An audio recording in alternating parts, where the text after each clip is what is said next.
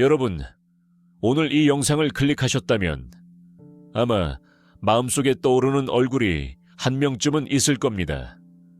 딱히 크게 싸운 것도 아닙니다. 무슨 사건이 있었던 것도 아닙니다. 그런데 그 사람을 만나고 집에 돌아오면 이상하게 몸이 무겁습니다. 이유를 설명하기도 애매하고 그렇다고 모른 척하기도 힘든 그 감각. 여러분만 느끼는 게 아닙니다. 관계의 상처는 참 묘합니다. 몸에 난 상처는 피가 보이니까 아프다는 걸 바로 압니다. 누군가 도와주러 달려오기도 합니다. 그런데 사람으로 인한 상처는 겉으로 아무것도 보이지 않습니다. 그래서 오히려 더 오래 갑니다. 더 깊이 파고듭니다. 스스로도 이게 상처인지 아닌지 확신하지 못한 채 그냥 참고 넘깁니다. 나이가 들수록 더 그렇습니다. 젊었을 때는 싫으면 싫다고 했습니다. 불편하면 자리를 피했습니다. 그런데 세월이 지나면 그게 쉽지 않아집니다. 오래 알고 지낸 사람이라는 이유로, 같은 동네, 같은 모임, 같은 교회라는 이유로 괜히 내가 예민하게 구는 것 아닐까, 나만 불편한 건 아닐까 싶어서 또 한 번 참습니다. 또 한 번 넘깁니다. 그런데 여러분, 바로 그 순간을 기다리는 사람이 있습니다. 여러분이 참을수록, 넘길수록 그 사람은 조금씩 더 나아옵니다. 여러분이 선을 긋지 않으니 선이 없는 사람이라고 판단합니다. 여러분이 맞춰주니 맞춰주는 게 당연한 사람이라고 기억합니다. 그래서 점점 더 요구합니다. 점점 더 가볍게 대합니다. 이건 여러분이 약해서가 아닙니다. 오히려 너무 선하기 때문입니다. 착한 마음이 어떤 사람에게는 이용의 문이 됩니다. 그것이 오늘 제가 말씀드리고 싶은 핵심입니다. 저는 오늘 여러분께 사람을 판단하는 기준을 말씀드리려 합니다. 겉모습이 아니라 본색을 읽는 기준입니다. 처음 몇 번의 만남이 아니라 시간이 지나면서 드러나는 그 사람의 진짜 성질입니다. 제가 오늘 말씀드릴 유형은 7가지입니다. 각각의 유형은 생김새가 다릅니다. 어떤 사람은 지나치게 친절하고, 어떤 사람은 항상 힘들다고 하고, 어떤 사람은 웃으면서 여러분을 깎아내립니다. 하지만 이 7가지는 하나의 공통점을 가지고 있습니다. 그것이 무엇인지는 오늘 이야기를 다 들으시면 자연스럽게 보이실 겁니다. 한 가지만 미리 말씀드리겠습니다. 7번째 유형이 있습니다. 오늘 제가 말씀드릴 유형들 중에서 가장 조용하고 가장 오래 걸리고 그래서 가장 위험한 유형입니다. 그 이야기는 마지막에 드리겠습니다. 끝까지 들어주십시오. 위험한 사람은 처음부터 위험하게 보이지 않습니다. 오히려 그 반대입니다. 처음에는 따뜻합니다. 말이 부드럽고 내 이야기를 잘 들어주고 필요할 때 곁에 있어줍니다. 그래서 우리는 생각합니다. 이 사람은 진짜 좋은 사람이구나. 이런 사람이 내 곁에 있어서 다행이다. 그런데 어느 날 아주 작은 순간에 그 사람의 진짜 얼굴이 스칩니다. 큰 사건이 아닙니다. 아주 사소한 일입니다. 밥 한 끼, 약속 하나, 말 한마디. 그 작은 순간에 평소와는 다른 무언가가 보입니다. 여러분은 그걸 느낍니다. 하지만 금방 스스로를 다독입니다. 내가 예민한가 봐. 그럴 수도 있지. 그리고 있습니다. 그런데 그 순간은 반복됩니다. 한 번이 2번이 되고 2번이 5번이 됩니다. 그러면 여러분, 몸이 먼저 압니다. 그 사람에게 연락이 오면 괜히 긴장이 됩니다. 만남이 부담이 됩니다. 만나고 나면 집에 돌아와서도 머릿속에서 그 사람이 사라지지 않습니다. 여러분의 감각은 틀리지 않았습니다. 다만 그 감각보다 정이 더 컸을 뿐입니다. 미안함이 더 컸을 뿐입니다. 그리고 바로 그 정과 미안함이 어떤 사람에게는 무기가 됩니다. 오늘 이 이야기가 끝날 때쯤 여러분은 한 가지를 분명히 알게 되실 겁니다. 그 사람이 나쁜 사람인지 좋은 사람인지를 판단하는 것이 아닙니다. 그 관계가 여러분에게 평온을 주는지 아니면 여러분을 조금씩 갉아먹고 있는지를 보는 눈입니다. 자, 첫 번째 유형부터 시작하겠습니다. 여러분, 살면서 이런 경험을 해보신 적이 있습니까? 분명히 상대방이 실수를 했습니다. 날짜를 잘못 잡았거나 약속을 어겼거나 말을 바꿨습니다. 누가 봐도 그 사람이 틀렸습니다. 그런데 정작 그 사람 입에서는 미안하다는 말이 나오지 않습니다. 대신 설명이 나옵니다. 변명이 나옵니다. 그리고 어느 순간부터 이상하게도 여러분이 사과를 하고 있습니다. 어떻게 이런 일이 생기는 걸까요? 이것은 우연이 아닙니다. 실수가 아닙니다. 이것은 그 사람이 관계를 다루는 방식입니다. 오래전부터 몸에 밴 습관입니다. 그리고 그 습관은 여러분과의 관계에서도 똑같이 작동합니다. 첫 번째 유형입니다. 절대로 자신의 잘못을 인정하지 않는 사람. 실수는 누구나 합니다. 나이가 많다고 실수를 안 하는 게 아닙니다. 경험이 많다고, 지식이 많다고, 어른이라고 실수를 피할 수 있는 사람은 없습니다. 인간이기 때문에 실수합니다. 그것은 부끄러운 일이 아닙니다. 아주 자연스러운 일입니다. 중요한 것은 실수 뒤에 무엇이 나오느냐입니다. 미안합니다. 이 한마디가 관계를 살립니다. 내가 틀렸습니다. 이 한마디가 신뢰를 깊게 만듭니다. 잘못을 인정하는 사람은 오히려 더 커 보입니다. 인정하고 고치는 사람은 그 실수가 오히려 관계를 단단하게 만드는 재료가 됩니다. 그런데 어떤 사람은 그 한마디를 끝내 하지 않습니다. 본인이 날짜를 잘못 잡았는데도 앱이 이상했다고 합니다. 본인이 확인을 안 했는데 여러분이 정확하게 말하지 않았다고 합니다. 본인이 약속을 바꿨는데 요즘 정신이 없어서 그랬다고 합니다. 말이 길어집니다. 설명이 많아집니다. 그런데 결론은 항상 하나입니다. 내 잘못이 아니다. 이런 사람에게 사실은 중요하지 않습니다.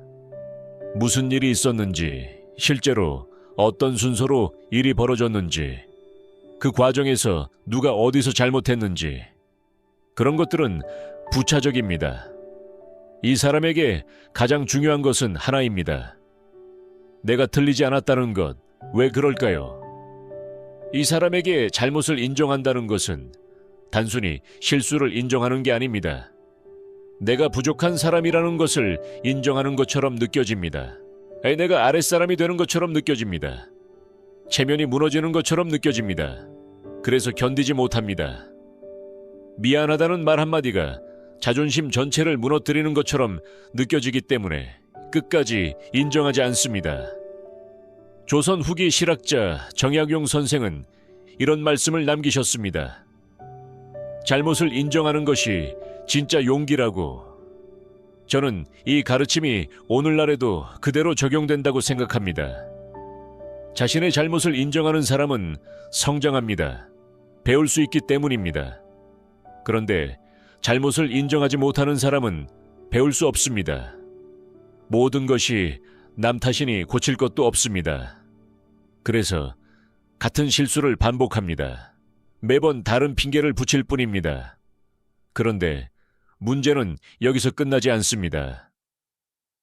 이런 사람과 가까이 지내면 여러분에게 이상한 일이 생깁니다. 처음에는 단순합니다. 그 사람이 잘못했고 여러분은 기분이 나빴고 그런데 사과가 없었고 그래서 불편했다. 여기서 끝납니다. 그런데 이것이 반복되면 달라집니다. 어느 순간부터 여러분이 스스로를 돌아보기 시작합니다. 내가 너무 예민하게 반응한 건 아닐까? 내가 처음부터 더 명확하게 말했어야 했는데 내가 그냥 넘어갔으면 불편한 일이 없었을 텐데 이런 생각들이 들기 시작합니다. 잘못은 저쪽인데 죄책감은 이쪽이 챙기게 됩니다. 이것이 핵심입니다. 책임의 방향이 뒤집힙니다. 원래대로라면 그 사람이 불편함을 감수해야 합니다. 인정하고 사과하고 고쳐야 하는 불편함. 그런데 어느새 그 불편함이 여러분 쪽으로 넘어옵니다.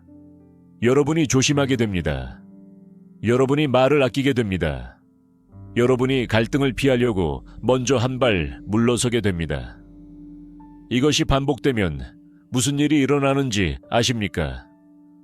여러분의 목소리가 작아집니다.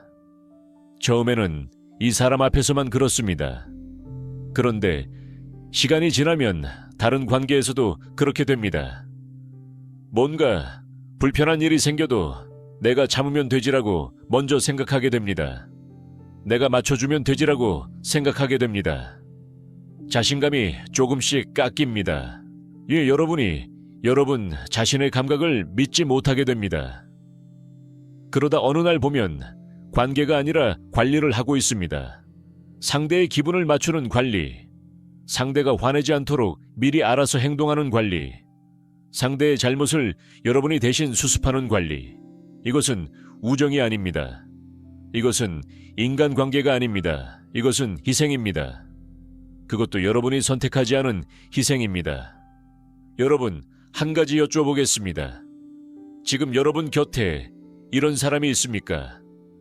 명백히 자신이 잘못한 상황에서도 미안하다는 말 한마디를 못하는 사람. 잘못을 지적하면 오히려 여러분이 예민하다고, 여러분이 너무 따진다고 하는 사람. 그 사람이 과연 여러분을 존중하는 사람입니까? 존중은 말에서 나오지 않습니다. 얼마나 자주 연락하느냐, 얼마나 좋은 말을 하느냐, 얼마나 살갑게 대하느냐. 이것으로는 존중을 알 수 없습니다. 존중은 태도에서 나옵니다. 내가 틀렸을 때 인정할 수 있는 태도. 내가 상대에게 상처를 줬을 때 미안하다고 말할 수 있는 태도. 그것이 상대를 사람으로 대하는 최소한의 예의입니다. 그 예의가 없는 사람은 결국 언젠가 반드시 여러분에게 책임을 떠넘깁니다. 왜냐하면 그것이 그 사람이 세상을 살아가는 방식이기 때문입니다. 자신은 항상 옳고 잘못은 항상 다른 곳에 있고 불편함은 항상 남이 감수해야 한다는 방식. 그 방식의 피해자가 가장 가까이 있는 사람이 됩니다. 가장 착한 사람이 됩니다. 가장 잘 참는 사람이 됩니다. 여러분이 그 사람이 되지 않기를 바랍니다. 그렇다면 어떻게 해야 합니까? 이 사람을 당장 끊어내야 한다는 말이 아닙니다. 관계에는 사정이 있고 맥락이 있고 역사가 있습니다. 무조건 끊는 것만이 답이 아닐 때도 있습니다. 하지만 거리를 두는 연습은 지금 당장 시작하셔야 합니다. 중요한 일을 이 사람에게 맡기지 않는 것, 깊은 이야기를 이 사람과 나누지 않는 것, 이 사람의 반응에 여러분이 흔들리지 않는 것, 그것이 거리입니다. 물리적인 거리가 아니라 마음의 거리입니다. 그 거리는 냉정함이 아닙니다. 자기 자신을 지키는 성숙함입니다. 여러분은 누군가의 잘못을 평생 대신 짊어지기 위해 태어난 사람이 아닙니다. 여러분은 잘못을 인정할 줄 아는 사람 곁에서 서로 존중하며 살아갈 자격이 있는 사람입니다. 그 사실을 오늘부터는 잊지 마십시오. 자, 이제 두 번째 유형입니다. 이 사람은 겉으로 보면 아무 문제가 없어 보입니다. 오히려 사람들에게 인기가 있습니다. 말도 잘하고 사람들과도 잘 어울립니다. 그런데 이 사람과 가까워지면 여러분은 반드시 후회하는 날이 옵니다. 왜 그럴까요? 다음에 말씀드리겠습니다. 여러분, 살면서 이런 경험을 해보신 적이 있습니까? 누군가에게 조심스럽게 말을 꺼냈습니다. 아무한테도 말하지 말아달라고 했습니다. 혹은 그런 부탁을 굳이 하지 않아도 될 만큼 믿었습니다. 그런데 얼마 지나지 않아 전혀 다른 사람한테서 그 이야기가 들려옵니다. 살이 붙어 있습니다. 조금 달라져 있습니다. 그런데 분명히 그 이야기의 뿌리는 여러분이 그 사람에게 했던 말입니다. 그 순간의 기분을 여러분은 아실 겁니다. 배신감, 수치심, 그리고 무엇보다 후회. 왜 그 사람을 믿었을까? 왜 내가 그 말을 했을까? 이미 엎질러진 물 앞에서 여러분은 혼자 그 감정을 감당합니다. 두 번째 유형입니다. 남의 비밀을 가볍게 다루는 사람. 이 유형은 앞서 말씀드린 첫 번째 유형보다 훨씬 알아보기 어렵습니다. 첫 번째 유형은 시간이 지나면 패턴이 보입니다. 사과를 안 한다는 것, 잘못을 인정하지 않는다는 것, 반복되면 느낄 수 있습니다. 그런데 이 두 번째 유형은 다릅니다. 피해를 입고 나서야 비로소 알게 됩니다. 그것도 여러분이 아니라 다른 경로를 통해서. 그래서 더 아픕니다. 이 사람의 가장 큰 특징은 무엇입니까? 남의 이야기를 아주 잘 듣는다는 것입니다. 처음 만날 때부터 그렇습니다. 이 사람은 질문을 잘 합니다. 여러분의 이야기에 관심을 보입니다. 공감을 잘 합니다. 그렇군요. 많이 힘드셨겠다. 그런 일이 있었어요. 이런 반응들이 자연스럽게 나옵니다. 그래서 여러분은 마음을 엽니다. 이 사람은 나를 이해해주는 사람이구나. 이 사람에게는 말해도 괜찮겠다. 그렇게 생각합니다. 그런데 이 사람에게 남의 이야기는 단순한 대화가 아닙니다. 정보입니다. 그리고 그 정보는 반드시 어딘가에 쓰입니다. 이 사람이 비밀을 다루는 방식에는 세 가지 특징이 있습니다. 첫째, 전달할 때 반드시 포장을 합니다. 그냥 옮기지 않습니다. 여기서 들은 거지만 나도 잘은 모르는데 이런 말을 먼저 붙입니다. 마치 자신은 이 이야기의 전달자가 아니라 우연히 알게 된 제3자인 것처럼 행동합니다. 그러면서도 이야기의 핵심은 정확하게 전달합니다. 책임은 피하면서 정보는 흘립니다. 둘째, 이야기에 살을 붙입니다. 처음 들었을 때와 다른 사람에게 전달될 때 사이에 무언가가 더해집니다. 사실 관계가 조금 바뀌어 있습니다. 당사자의 감정이 과장되어 있습니다. 상황이 더 극적으로 표현됩니다. 이것은 의도적인 거짓말이 아닐 수도 있습니다. 그냥 이야기를 재미있게 전달하려는 습관일 수도 있습니다. 하지만 그 결과는 똑같습니다. 여러분의 이야기가 여러분이 원하지 않는 모습으로 세상에 돌아다닙니다. 셋째, 당사자가 없는 자리에서만 합니다. 이것이 핵심입니다. 이 사람은 절대 당사자 앞에서 그 이야기를 하지 않습니다. 여러분이 없는 자리, 여러분이 모르는 사람들과의 자리에서만 여러분의 이야기가 나옵니다. 그래서 여러분은 알 수가 없습니다. 우연히 다른 경로로 듣게 되기 전까지는. 왜 이런 사람이 생기는 걸까요? 사람마다 이유는 다릅니다. 어떤 사람은 관계에서 중심이 되고 싶어서 그렇게 합니다.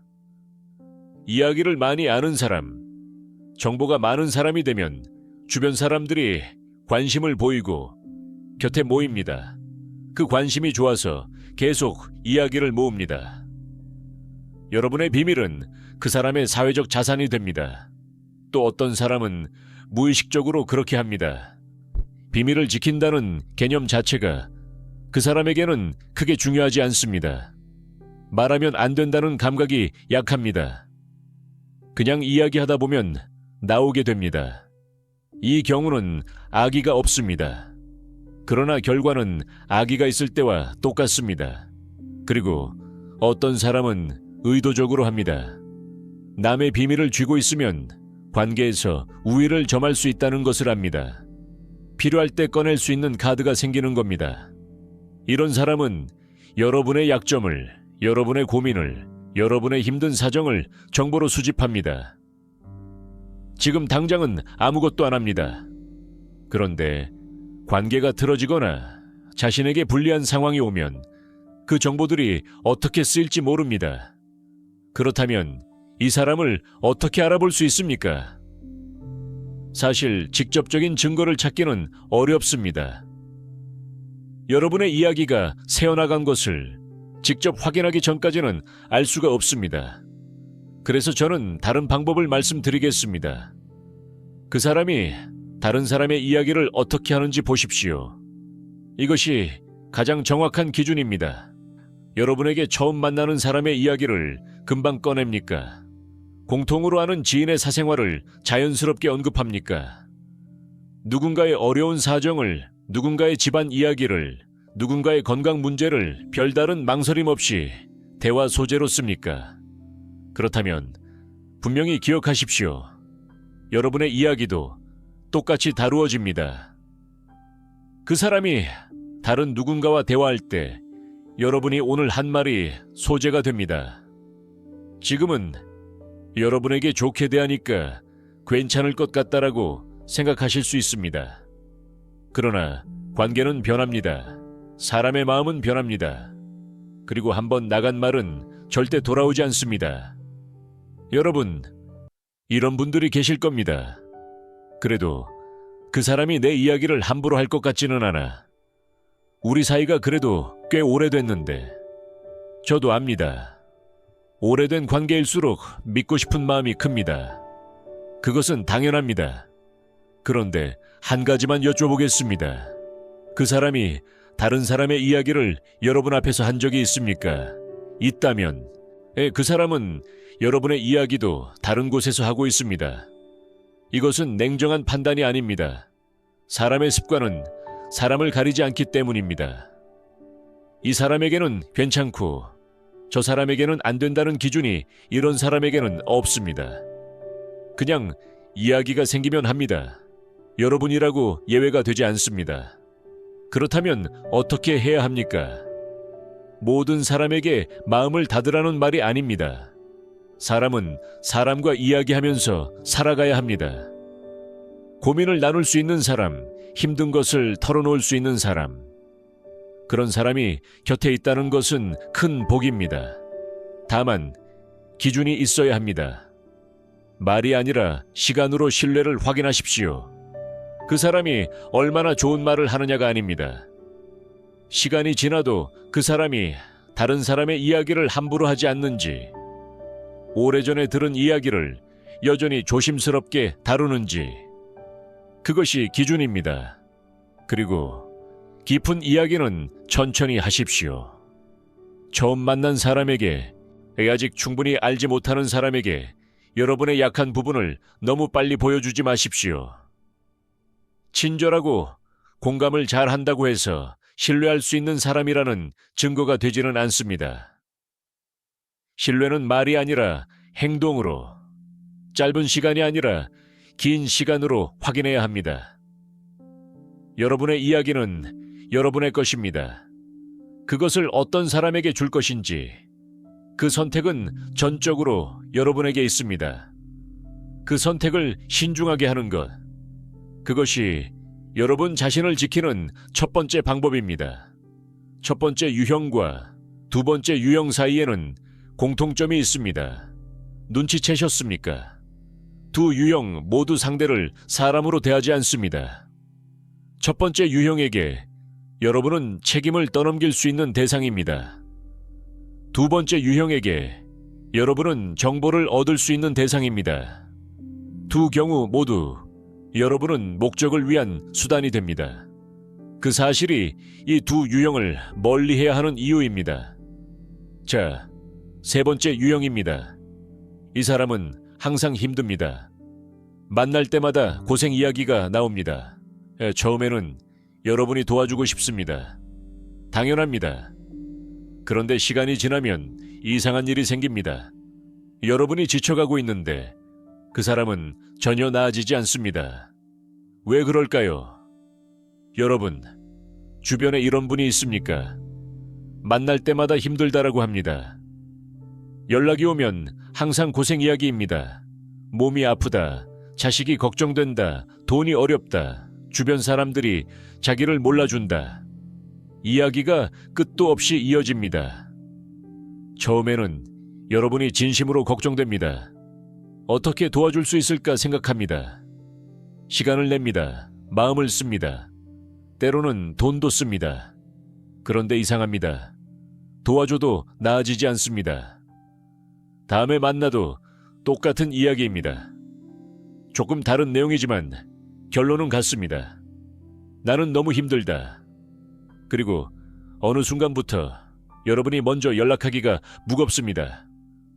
연락이 오면 오늘은 또 무슨 이야기일까 하는 생각이 먼저 듭니다. 만나고 나면 무언가를 잃어버린 것 같은 기분이 듭니다. 세 번째 유형입니다. 동정으로 관계를 지배하는 사람. 먼저 분명히 말씀드리겠습니다. 힘든 사람은 있습니다. 진짜로 어려운 시간을 보내는 사람은 있습니다. 그런 사람 곁에서 함께 있어주는 것은 아름다운 일입니다. 그것은 인간이 서로에게 해줄 수 있는 가장 귀한 것 중 하나입니다. 오늘 제가 말씀드리는 것은 그런 경우가 아닙니다. 제가 말씀드리는 것은 힘듦이 습관이 된 사람입니다. 어려운 상황이 실제로 있을 수도 있습니다. 그러나 그 사람은 그 상황에서 벗어나려 하지 않습니다. 오히려 그 상황을 관계의 중심에 놓습니다. 내가 힘들다는 사실이 그 사람에게는 사람들을 붙잡아두는 도구가 됩니다. 의식적이든 무의식적이든 이 사람은 고통을 통해 관계를 유지합니다. 이 사람의 행동 방식에는 뚜렷한 패턴이 있습니다. 첫 번째 패턴입니다. 도움을 당연하게 여깁니다. 처음에는 고마워합니다. 그런데 시간이 지나면 달라집니다. 여러분이 도와주는 것을 기대합니다. 여러분이 연락하지 않으면 왜 연락 안 했느냐고 합니다. 여러분이 바빠서 시간을 못 내면 서운해합니다. 처음에 받은 도움이 관계의 기준이 되어버립니다. 그 기준에서 조금이라도 내려가면 섭섭함이 나옵니다.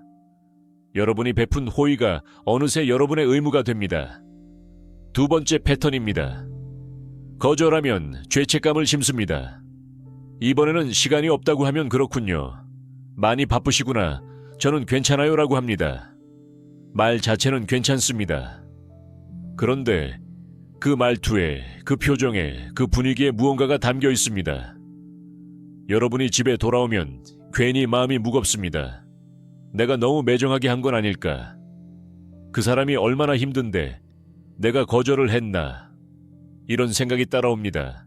이것이 의도적인지 아닌지는 중요하지 않습니다. 결과가 중요합니다. 여러분이 거절할 때마다 죄책감이 생긴다면 그 관계는 여러분을 조종하고 있는 것입니다. 세 번째 패턴입니다. 힘들다는 말로 부탁을 포장합니다. 직접적으로 부탁하지 않습니다. 요즘 너무 힘들어서 이 일을 어떻게 해야 할지 모르겠어서라고 먼저 말합니다. 그러면 여러분이 자연스럽게 제가 도와드릴까요? 라고 하게 됩니다. 이 사람은 부탁을 한 게 아닙니다. 여러분이 자발적으로 나선 것입니다. 나중에 문제가 생겨도 자신은 부탁한 게 아니라고 할 수 있습니다. 책임은 여러분에게 넘어옵니다. 왜 이런 사람이 생기는 걸까요? 뿌리는 대부분 오래된 것입니다. 어릴 때부터 자신이 약하거나 힘들어야 사람들이 관심을 가져준다는 경험을 쌓은 경우가 많습니다.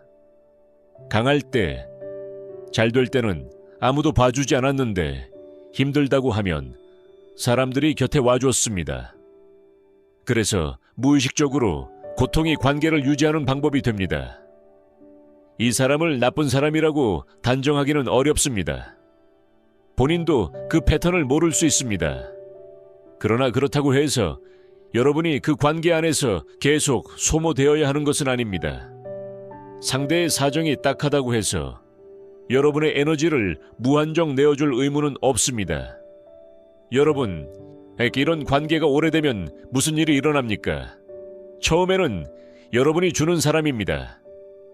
그런데 시간이 지나면 여러분이 주는 것이 당연해집니다. 조금 덜 줘도 되는데 그렇게 하면 죄책감이 생깁니다. 그래서 더 줍니다. 더 맞춰줍니다. 더 희생합니다. 그러다 어느 날 여러분 자신이 힘들어집니다. 여러분이 지쳐있는데 이 사람에게 말할 수 없습니다. 왜냐하면 이 관계에서 힘든 사람은 항상 저쪽이기 때문입니다. 여러분의 힘듦은 이 관계 안에 들어올 자리가 없습니다. 그것이 이 관계의 가장 큰 문제입니다.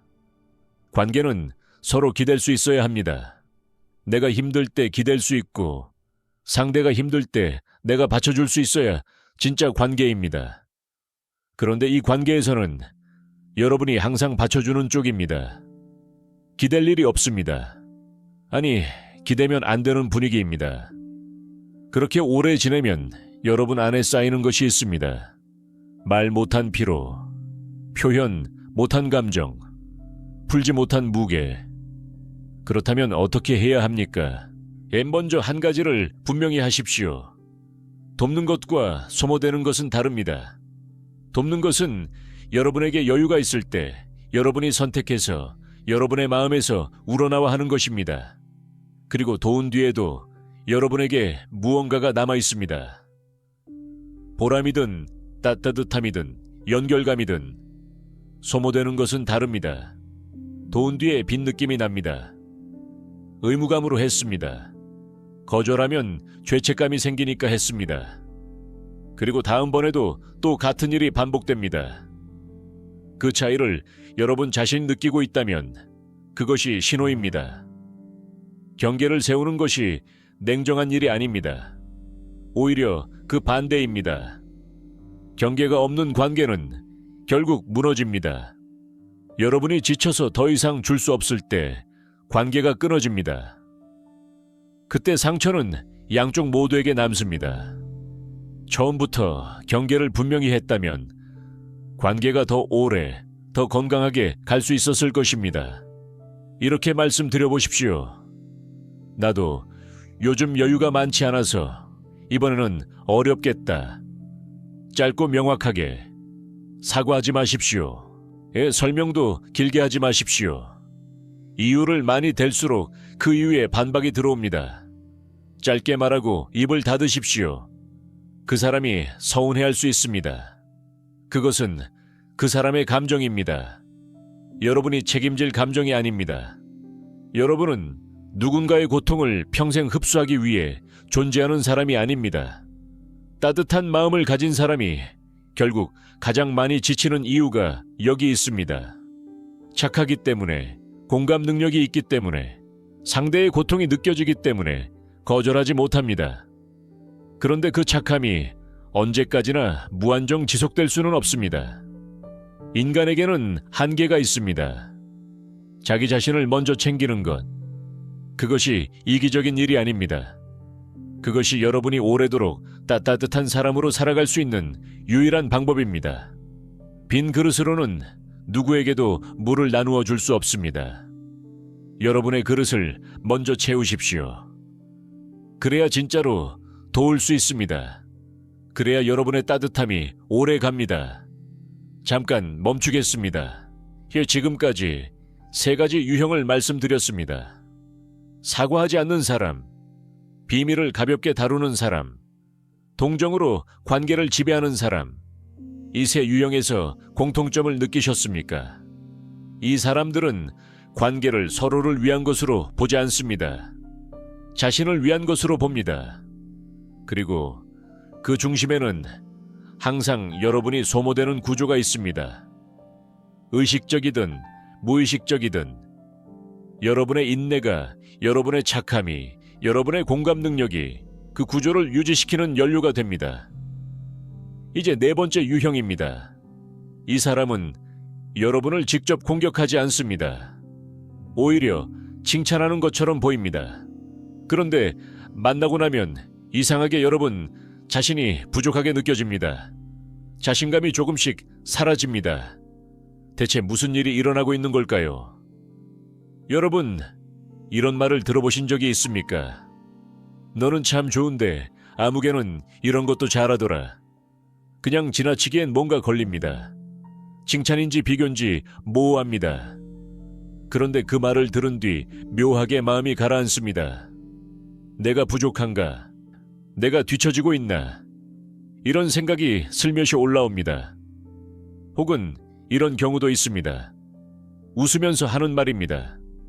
농담처럼 포장되어 있습니다.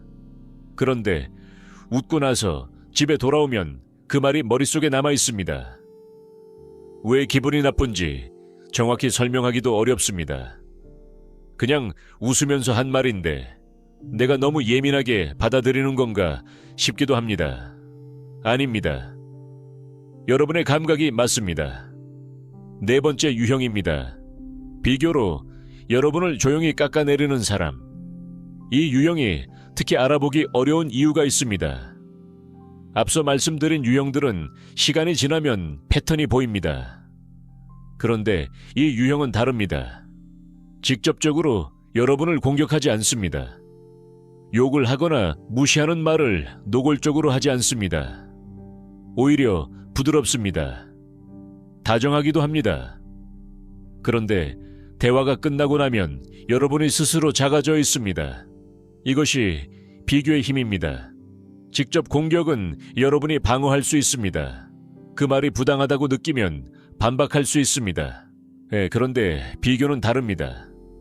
비교는 여러분 안에 들어와서 여러분이 스스로 판단하게 만듭니다. 내가 정말 저 사람만 못한가? 내가 정말 부족한가? 이 질문은 상대가 만들었지만 여러분이 스스로에게 묻게 됩니다. 이 사람이 비교를 사용하는 방식은 크게 세 가지입니다. 첫 번째입니다.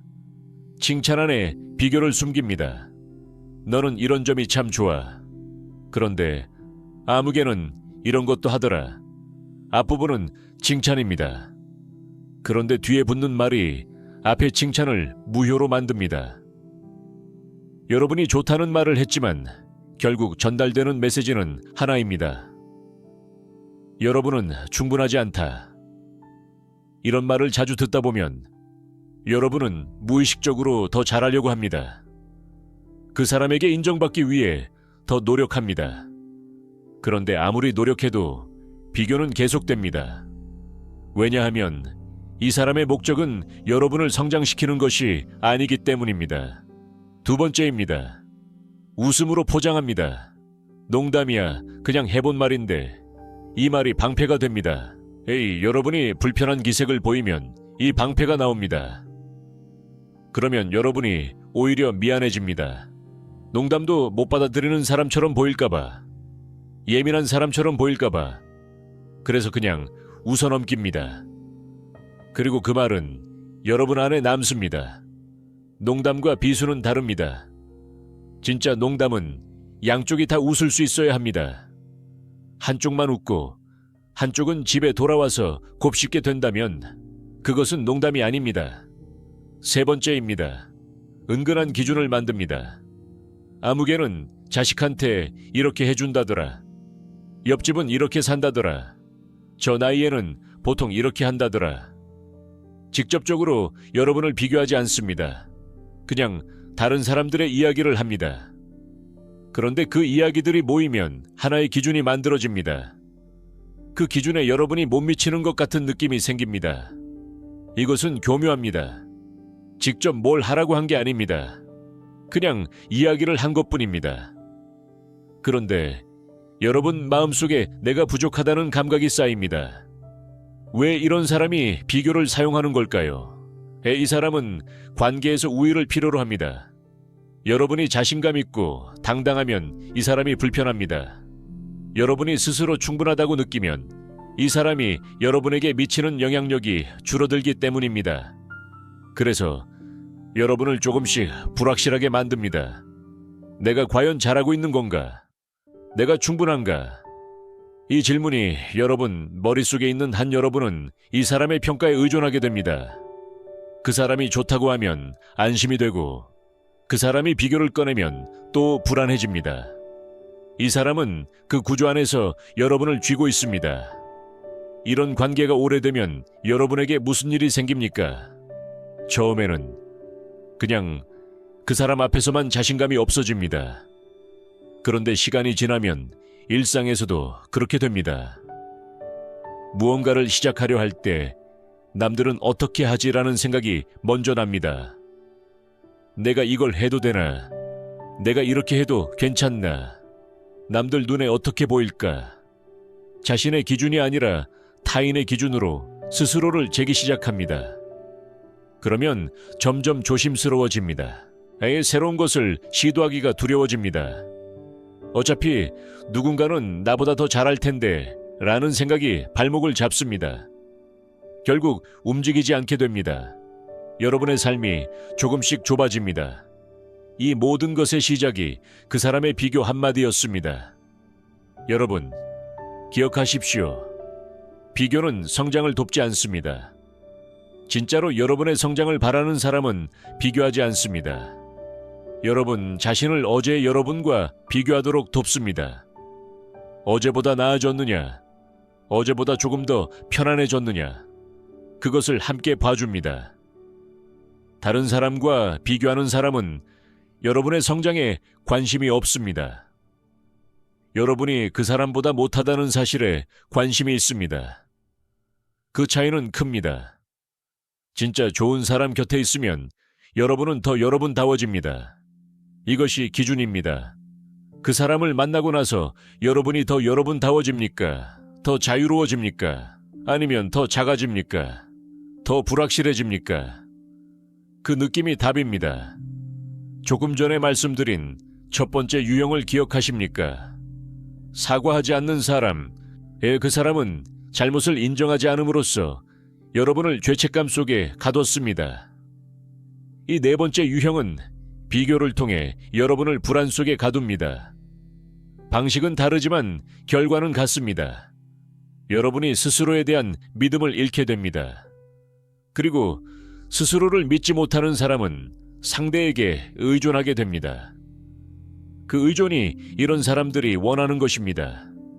그렇다면 어떻게 해야 합니까? 첫째, 그 말을 받아들이지 마십시오. 비교하는 말이 들어올 때 여러분이 그 말을 사실로 받아들일 필요가 없습니다. 그냥 그 사람의 말이구나. 그 사람의 관점이구나. 그렇게 두십시오. 그 말이 여러분의 가치를 결정하지 않습니다. 둘째, 반응하지 마십시오. 비교하는 말에 설명하거나 변명하거나 억울함을 표현하면 그 사람에게 그 비교가 효과가 있다는 신호를 주는 것입니다. 무겁게 반응하지 말고 가볍게 흘려보내십시오. 그렇군요.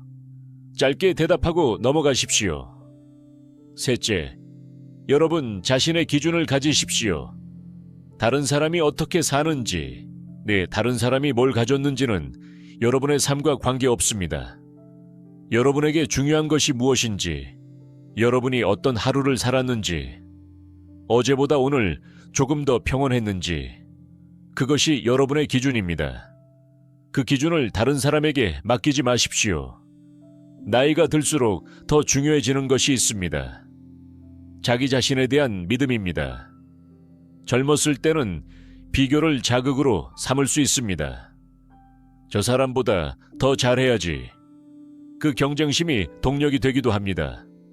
그런데 나이가 들면 그 방식이 더 이상 작동하지 않습니다. 오히려 지치게 만듭니다.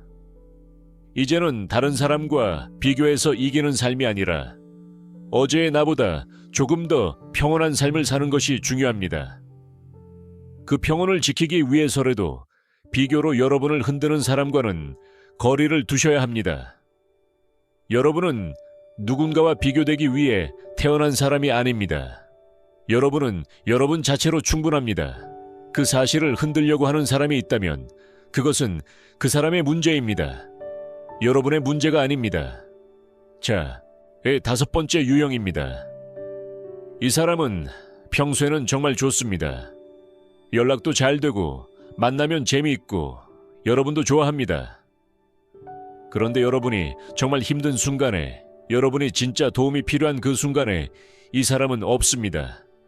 항상 그렇습니다. 왜 그럴까요? 여러분, 살면서 이런 순간이 있었습니까? 몸이 아팠습니다. 아니면 집안에 어려운 일이 생겼습니다. 혹은 마음이 너무 힘들어서 누군가의 목소리가 듣고 싶었습니다. 그래서 떠올린 사람이 있었습니다. 평소에 가깝게 지내던 사람, 자주 연락하고 만나면 잘 웃고 여러분도 좋아했던 사람. 그런데 연락이 잘 안 됩니다. 답장이 늦습니다. 아니면 나도 요즘 바빠서라는 말이 옵니다. 바쁜 것은 이해합니다. 그런데 그 다음이 없습니다.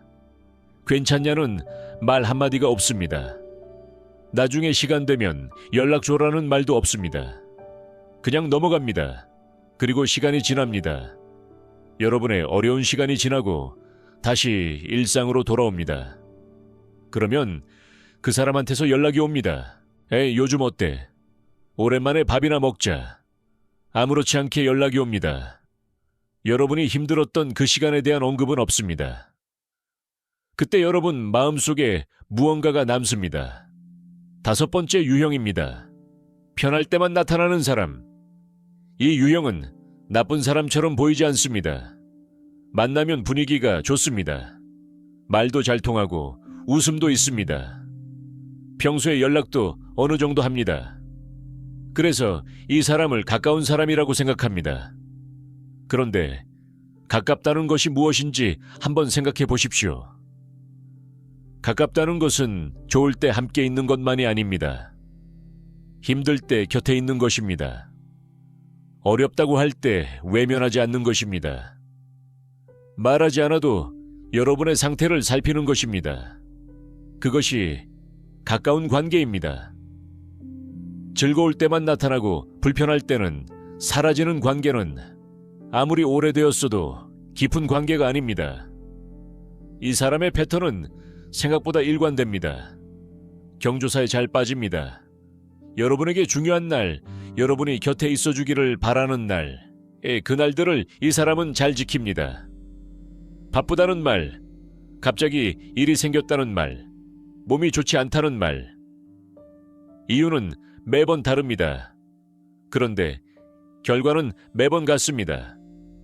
그 자리에 없습니다. 여러분이 힘들 때 연락이 뜸해집니다.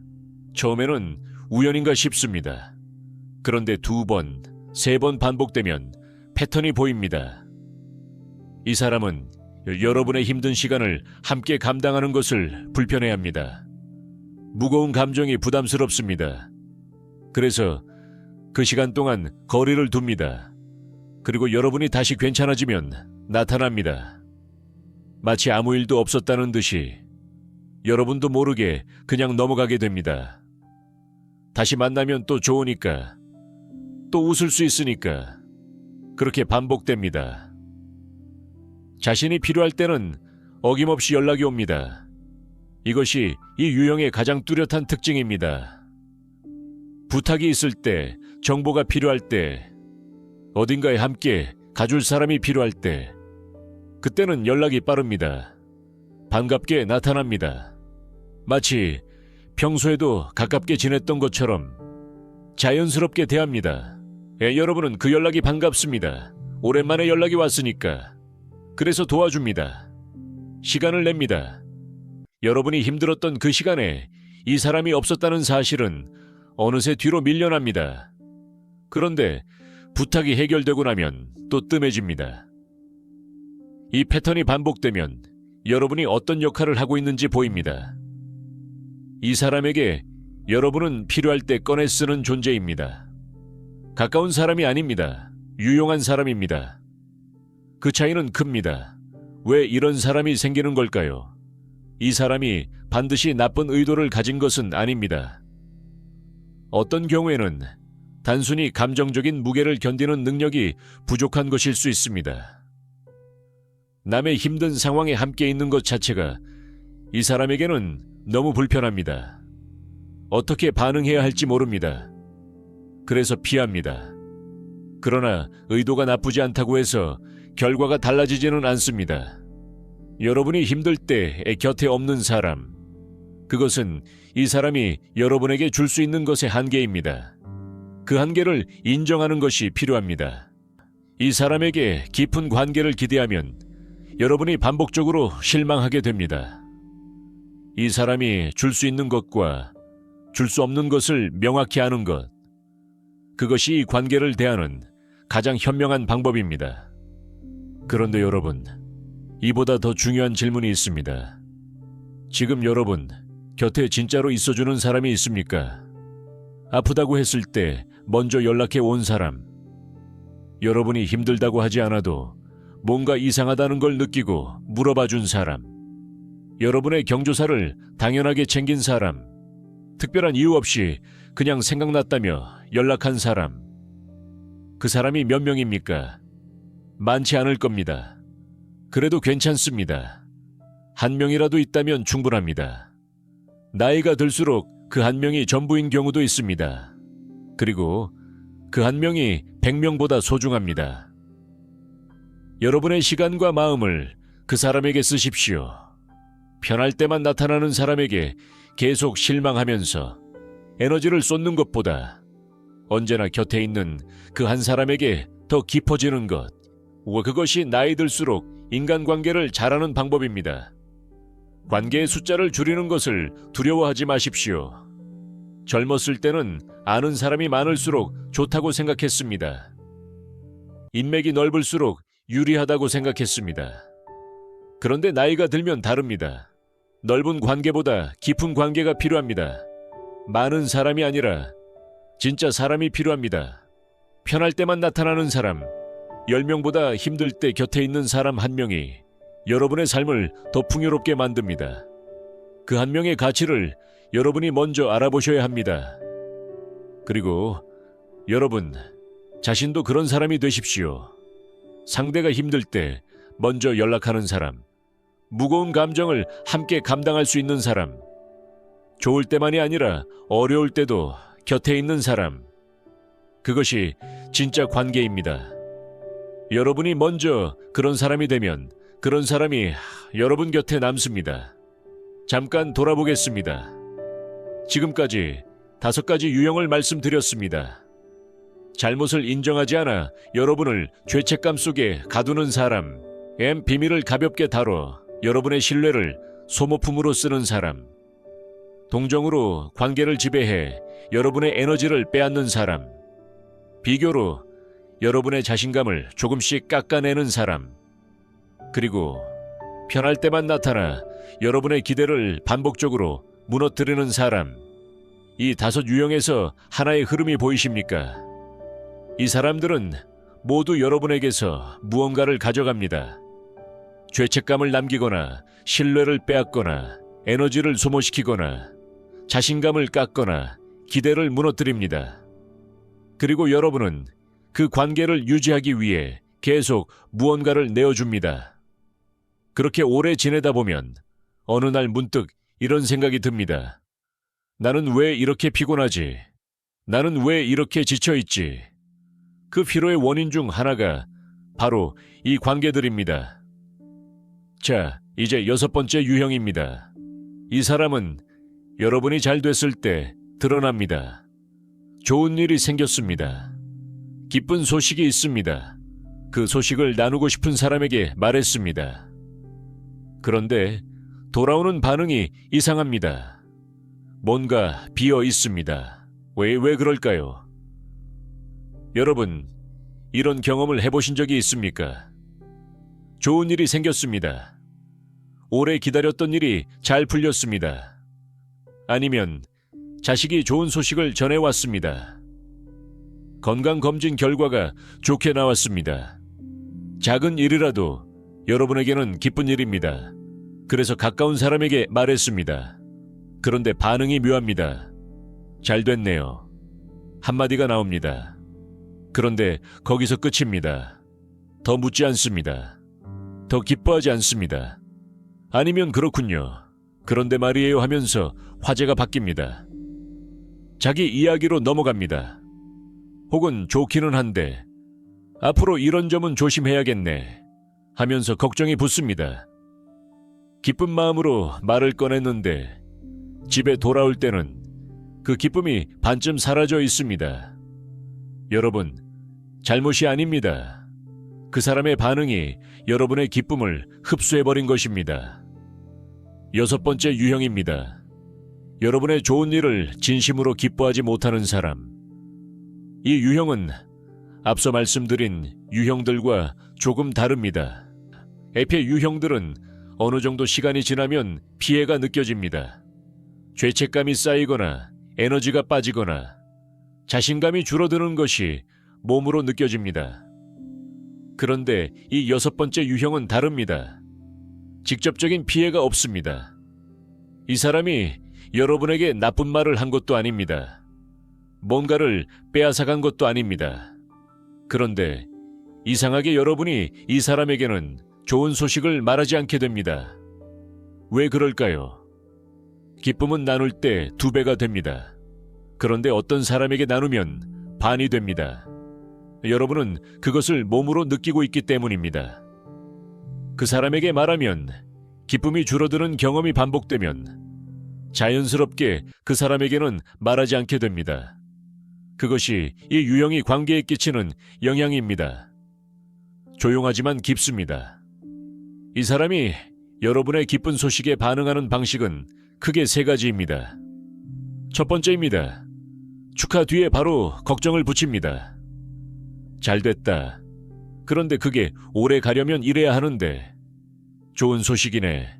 근데 이런 점은 괜찮아. 진심으로 기뻐하는 것 같지만 그 기쁨이 채 한 문장을 넘기지 못합니다. 바로 다음 문장에서 걱정이 따라옵니다. 조언이 따라옵니다. 여러분이 원한 것은 걱정이 아닙니다. 함께 기뻐해 주는 것이었습니다. 그런데 그것은 오지 않습니다. 결국 여러분은 기쁜 소식을 말했는데 오히려 불안해진 채로 대화가 끝납니다. 2번째입니다.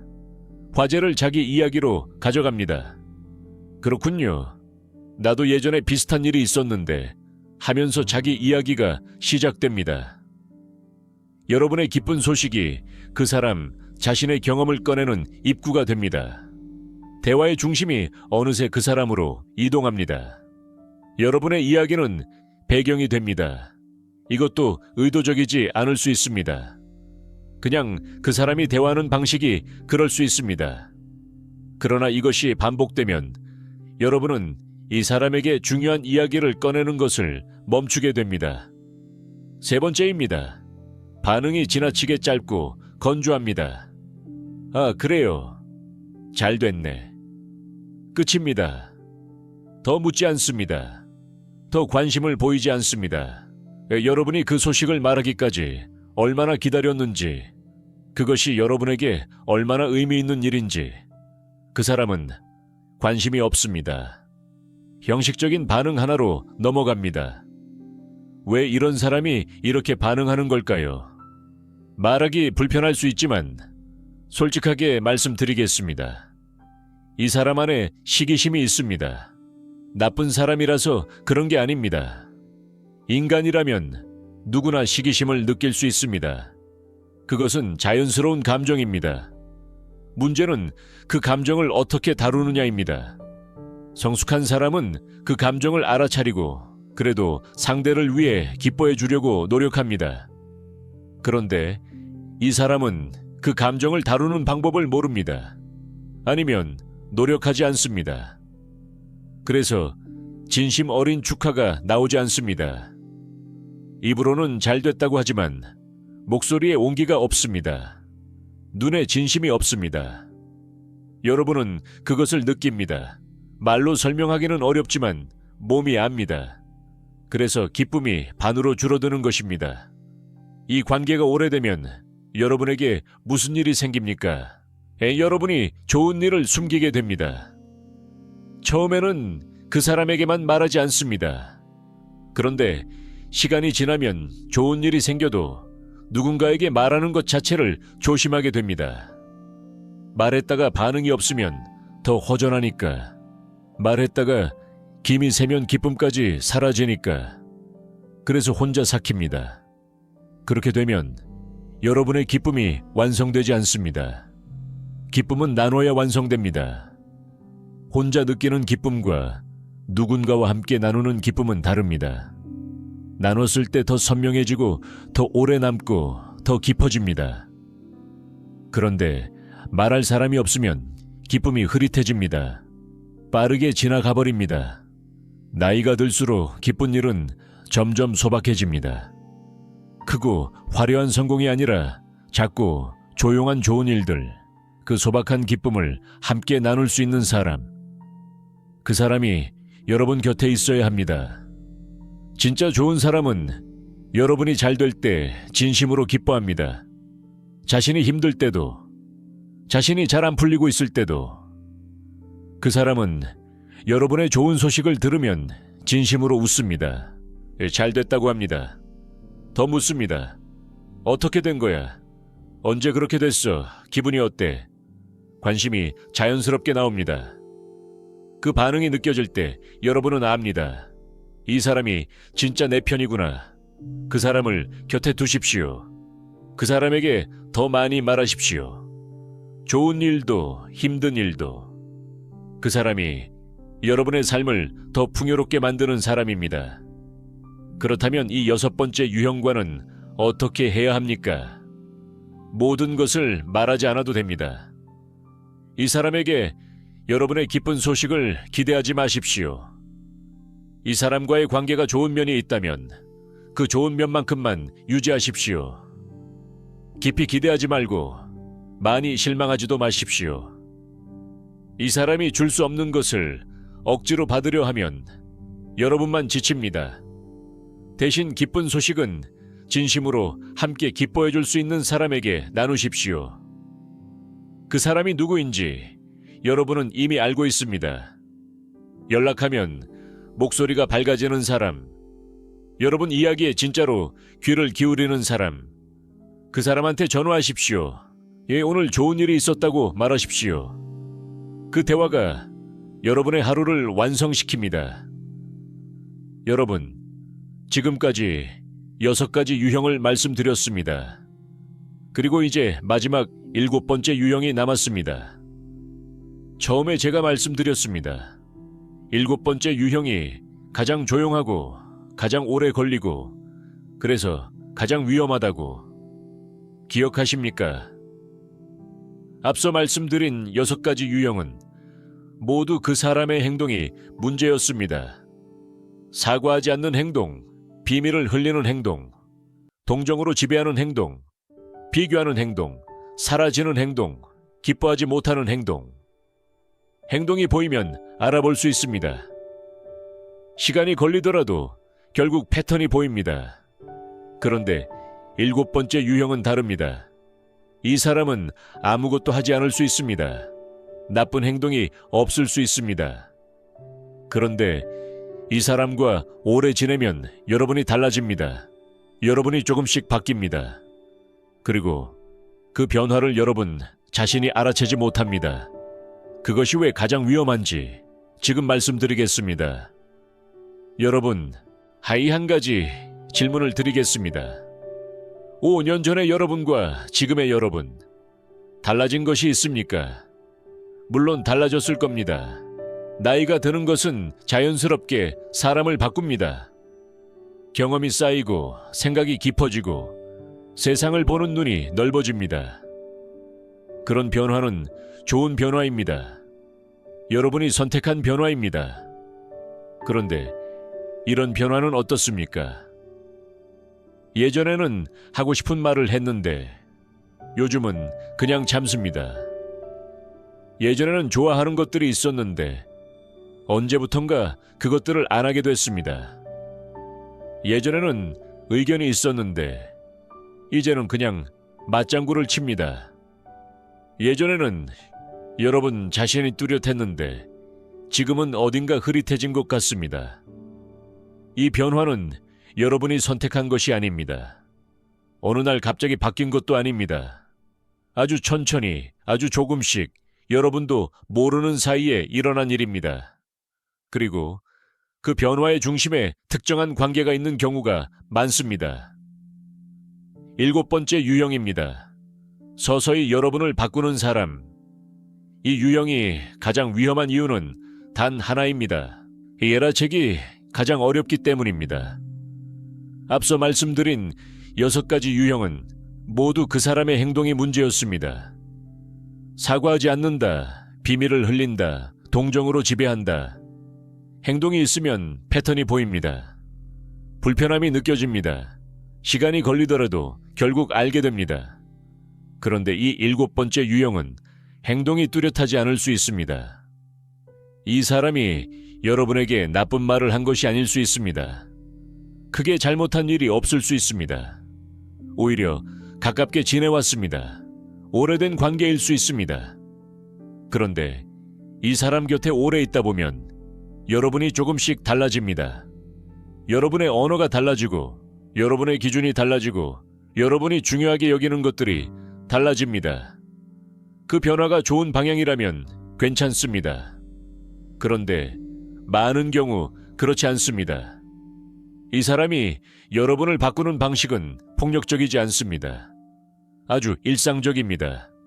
대화 속에서 일어납니다. 이 사람은 여러분이 어떤 이야기를 꺼낼 때 반응이 없습니다. 시큰둥합니다. 그 주제에 관심이 없다라는 것을 표정으로, 말투로, 분위기로 보여줍니다. 여러분은 그 반응을 느낍니다. 그래서 다음번에는 그 이야기를 꺼내지 않습니다. 그 주제는 이 사람과의 대화에서 사라집니다. 이것이 1번, 2번, 10번 반복됩니다. 여러분이 좋아하는 것, 여러분이 관심 있는 것, 여러분이 중요하게 여기는 것들이 하나씩 대화에서 빠집니다. 그리고 대신 그 사람이 좋아하는 것, 그 사람이 관심 있는 것, 그 사람이 중요하게 여기는 것들이 대화의 중심이 됩니다. 그렇게 시간이 지나면 여러분이 그 사람의 세계 안에 들어와 있습니다. 여러분의 세계는 어느새 뒤로 밀려나 있습니다. 말하는 방식도 달라집니다. 이 사람은 여러분이 어떤 생각을 말할 때 자주 부정합니다. 직접적으로 틀렸다고 하지 않습니다. 그냥 그건 좀 그렇지 않아. 또는 그게 맞아. 이런 식으로 의문을 심습니다. 여러분은 그 의문을 받아들입니다. 내가 잘못 생각한 건가? 내 판단이 맞는 건가? 이것이 반복되면 여러분이 자신의 생각을 말하기 전에 먼저 점검하게 됩니다. 이 사람이 어떻게 반응할까? 이 말을 해도 될까? 스스로 검열하기 시작합니다. 그러다 보면 말수가 줄고 의견이 줄고 결국 여러분의 목소리가 이 관계 안에서 사라집니다. 여기서 가장 무서운 일이 일어납니다. 여러분이 그것을 당연하게 받아들이기 시작합니다. 원래 나는 말이 별로 없는 사람이야. 원래 나는 이런 것에 관심이 없었나 봐. 원래 나는 의견이 별로 없는 사람이야. 이런 생각이 들기 시작합니다. 그런데 그것은 원래의 여러분이 아닙니다. 그 관계 안에서 만들어진 여러분입니다. 정체성이 조금씩 지워지는 것입니다. 이것이 이 유형이 가장 위험한 이유입니다. 돈을 잃으면 다시 벌 수 있습니다. 시간을 잃으면 다음이 있습니다. 그런데 자기 자신을 잃으면, 내가 누구였는지를 잃으면 그것을 되찾는 데는 아주 오랜 시간이 걸립니다. 때로는 되찾지 못하기도 합니다. 여러분, 지금 이 질문을 스스로에게 해보십시오. 나는 지금 내 삶을 살고 있습니까? 아니면 누군가의 기준에 맞춰 살고 있습니까? 내가 하는 말들이 진짜 내 생각입니까? 아니면 어떤 사람이 들었을 때 불편해하지 않을 말을 골라서 하고 있습니까? 내가 오늘 하루 한 선택들이 나를 위한 선택이었습니까? 아니면 누군가의 반응을 의식한 선택이었습니까? 쉽게 답이 나오지 않는다면 한번 진지하게 들여다보셔야 합니다. 이 관계에서 벗어나는 것은 쉽지 않습니다. 오래된 관계일 수 있습니다. 가족일 수도 있습니다. 매일 만나는 사람일 수도 있습니다. 그 관계를 갑자기 끊는 것은 현실적으로 어렵습니다. 저도 그것을 압니다. 그래서 끊으라는 말이 아닙니다. 되찾으라는 말입니다. 여러분 자신을. 그 관계 안에서 사라졌던 여러분의 이야기를 다시 꺼내십시오. 예전에 좋아했던 것을 다시 시작해 보십시오. 하고 싶었던 말을 조금씩 다시 해보십시오. 그 사람이 어떻게 반응하든 여러분의 기준을 여러분이 다시 세우십시오. 그리고 만약 그 관계 안에서 여러분이 여러분으로 있을 수 없다면 그때는 거리를 두는 것을 고려하십시오. 냉정하게가 아니라 조용하게, 갑자기가 아니라 천천히, 그러나 분명하게. 여러분이 여러분으로 있을 수 없는 관계는 아무리 오래됐어도 좋은 관계가 아닙니다. 여러분, 오늘 이야기를 처음부터 함께 해주셨습니다. 7가지 유형, 사과하지 않는 사람, 비밀을 가볍게 다루는 사람, 동정으로 지배하는 사람, 비교로 깎아내리는 사람, 편할 때만 나타나는 사람, 기쁨을 함께 나누지 못하는 사람, 그리고 서서히 여러분을 바꾸는 사람. 이 이야기를 들으면서 마음속에 떠오른 얼굴이 있으셨습니까? 아마 있으셨을 겁니다. 한 명일 수도 있고 여러 명일 수도 있습니다. 어떤 분은 이 유형들이 한 사람 안에 여러 개가 겹쳐 있는 경우도 보셨을 겁니다. 그 얼굴이 떠올랐다면 그 감각을 믿으십시오. 오늘 이야기의 처음으로 잠깐 돌아가겠습니다. 저는 처음에 이렇게 말씀드렸습니다. 에이, 사람 때문에 잠을 설치는 밤이 있었다면 그것은 여러분이 약해서가 아니라고. 그 말을 지금 다시 드립니다. 여러분이 힘들었던 것은 여러분이 약해서가 아닙니다. 여러분이 너무 선했기 때문입니다. 너무 오래 참았기 때문입니다. 너무 많이 맞춰주었기 때문입니다. 너무 깊이 믿었기 때문입니다. 그 선함은 여러분의 결점이 아닙니다. 여러분의 본성입니다. 그런데 그 본성을 지키기 위해서라도 이제는 기준이 필요합니다. 누구에게 그 선함을 내어줄 것인지에 대한 기준이. 나이가 들수록 관계에서 중요한 것이 달라집니다. 젊었을 때는 많은 사람을 알고 지내는 것이 중요했습니다. 넓은 인맥, 다양한 만남, 활발한 교류. 그것이 삶을 풍요롭게 한다고 생각했습니다. 그런데 나이가 들면 압니다. 숫자가 아닙니다. 만남이 끝난 뒤 여러분의 마음이 어떤지가 중요합니다. 그 사람을 만나고 나서 여러분이 더 가벼워졌습니까? 더 따뜻해졌습니까? 더 여러분다워졌습니까?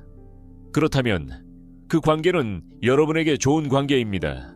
에이, 반대라면 이제는 솔직해지셔야 합니다. 관계를 정리하는 것이 냉정한 일이라고 생각하지 마십시오. 오히려 그것은 성숙한 일입니다. 모든 관계를 끝까지 붙잡는 것이 의리가 아닙니다. 여러분을 갉아먹는 관계를 오래 유지하는 것이 덕이 아닙니다. 그것은 그냥 소모입니다. 여러분의 남은 시간을, 여러분의 남은 에너지를, 여러분의 남은 마음을 소모하는 것입니다. 이제는 여러분 자신에게 더 충실하셔야 합니다. 어떤 관계는 거리를 두어야 합니다.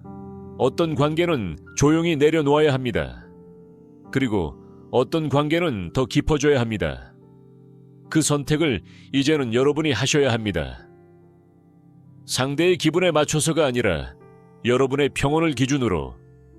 평온이라는 것이 무엇입니까? 아무 일도 없는 상태가 아닙니다. 힘든 일도 있고 걱정도 있고 슬픈 날도 있습니다. 그런데 그 안에서도 흔들리지 않는 중심이 있는 것. 그것이 평온입니다. 그 중심을 지키기 위해서는 여러분 곁에 있는 사람들이 중요합니다. 여러분의 중심을 함께 지켜주는 사람, 여러분이 힘들 때 더 가까이 오는 사람, 여러분의 기쁨을 진심으로 함께 기뻐하는 사람, 여러분의 이야기를 소중히 다루는 사람, 여러분이 여러분으로 있을 수 있게 해주는 사람. 그 사람들이 여러분의 진짜 관계입니다. 마지막으로 한 말씀만 드리겠습니다. 여러분은 누군가를 위해 작아질 필요가 없습니다. 누군가의 감정을 대신 처리하기 위해 태어난 사람이 아닙니다. 누군가의 책임을 대신 짊어지기 위해 존재하는 사람이 아닙니다. 누군가의 기준에 맞추기 위해 여러분 자신을 지워야 하는 사람이 아닙니다. 여러분은 존중받아야 하는 사람입니다. 지금 이 나이에, 지금 이 자리에서, 지금의 여러분 그대로 잘못을 인정할 줄 아는 사람 곁에 있을 자격이 있습니다. 여러분의 비밀을 소중히 다루는 사람 곁에 있을 자격이 있습니다. 여러분이 힘들 때 곁에 있어주는 사람 곁에 있을 자격이 있습니다. 여러분의 기쁨을 함께 기뻐해주는 사람 곁에 있을 자격이 있습니다. 그리고 여러분이 여러분으로 있을 수 있게 해주는 사람 곁에 있을 자격이 있습니다. 그 자격은 여러분이 스스로에게 주는 것입니다. 오늘부터 시작하십시오. 천천히 괜찮습니다. 한 번에 다 바꾸지 않아도 됩니다. 다만 오늘 하루 여러분 자신을 조금 더 존중하는 선택을 하나만 하십시오. 그것이 쌓이면 여러분의 삶이 달라집니다. 여러분의 관계가 달라집니다. 여러분의 하루가 달라집니다. 사람 때문에 잠을 설치는 밤이 줄어들 것입니다. 만남이 끝난 뒤 마음이 가벼운 날이 많아질 것입니다. 여러분, 자신이 더 선명하게 느껴지는 날이 올 것입니다. 그 날을 향해 오늘부터 한 걸음씩 가십시오. 여러분은 그럴 자격이 있는 사람입니다.